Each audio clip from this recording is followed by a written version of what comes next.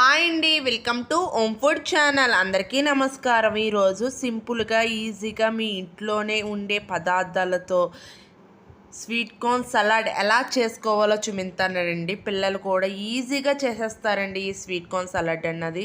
మనకి వర్షంగా ఉంటే పొద్దులని sweet corn అని మన పల్లీలని తెచ్చుకుంటూ ఉంటాం కదా. ఇంట్లో ప్రతి ఒక్కరి ఇంట్లో ఉంటుంది. ఇలా చల్లగా ఉన్నప్పుడు కానీ పకోడీ కానీ బజ్జీ కానీ వేసుకుంటాం కదా. చక్కగా అంత మనకి స్వీట్ కార్న్ ఉడకబెట్టుకుని పెప్పర్ వేసుకుని సాల్ట్ వేసుకుని తింటాం. ఇలా సలాడ్ కూడా ఒకసారి ట్రై చేయండి, చాలా టేస్టీగా ఉంటుంది. ముందు స్వీట్ కార్న్ అన్నది తీసుకుని ఒలిచేసుకుని ఒక గిన్నెలో వాటర్ వేసుకుని స్టీమర్ పెట్టుకుని అందులో పొత్తులు వేసుకుని ఉడకపెట్టుకోనండి. ఆ స్టీమ్ తీసుకుని చూస్తే పొత్తు అన్నది స్వీట్ కార్న్ అన్నది ఉడికిపోయిన తర్వాత మనం స్టవ్ బంద్ చేసేసుకోవాలి. స్వీట్ కార్న్ అన్నది బేగా ఉడికిపోతుంది కదండి.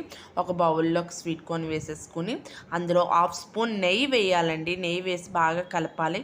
స్వీట్ కార్న్ కన్నది ఆ నెయ్యి ఫ్లేవర్ పడితే చాలా టేస్టీగా ఉంటుంది. తర్వాత వచ్చేసి టమాటో, కీరా, ఆనియన్ వేసుకోవాలి.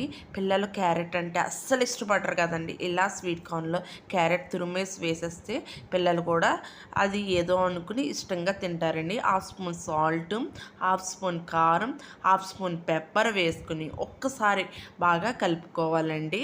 మీకు మసాలా పౌడర్ చాట్ మసాలా ఉంటే చాట్ మసాలా కూడా వేసుకోవచ్చు. పిల్లలు కూడా తింటారు కదా అని స్పైసీగా కొంచెం తగ్గించి వేసానండి. బాగా కలుపుకుని ఒక సర్వింగ్ బౌల్లో సర్వ్ చేసుకోవడమే అండి. స్వీట్ కార్న్ సలాడ్ అన్నది రెడీ అవుతుంది. మనం డైట్లో ఉన్న వాళ్ళు కూడా తీసుకోవచ్చండి. డైట్లో ఉన్న వాళ్ళు కూడా ఒక కప్ తీసుకుంటే స్టమక్ అన్నది ఫుల్గా ఉంటుంది కదండి.